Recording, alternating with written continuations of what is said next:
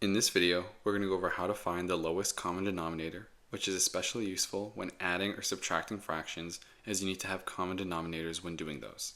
So for the first question, say I were to give you 3 and 4, and I told you to find the lowest common denominator. How would you do that? Well, your first step would be to list all the multiples of 3 and 4, just the first few.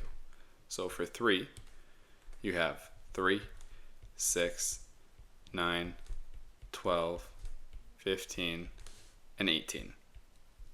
And then for 4, you have 4, 8, 12, 16, 20, and 24.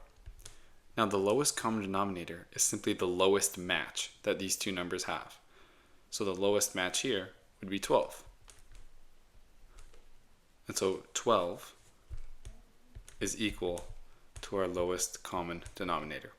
Now let's try one more problem. And this time pause the video and try it on your own.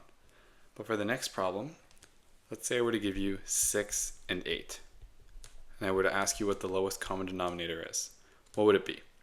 Now pause the video, but when you come back you'll see that the process remains the exact same.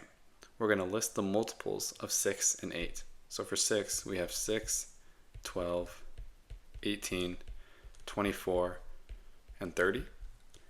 And then for 8, we have 8, 16, 24, 32, and 40. Now is there a lowest match right here? Yeah, the lowest match here is 24. So 24 is equal to our lowest common denominator. I hope this video helped. Thank you.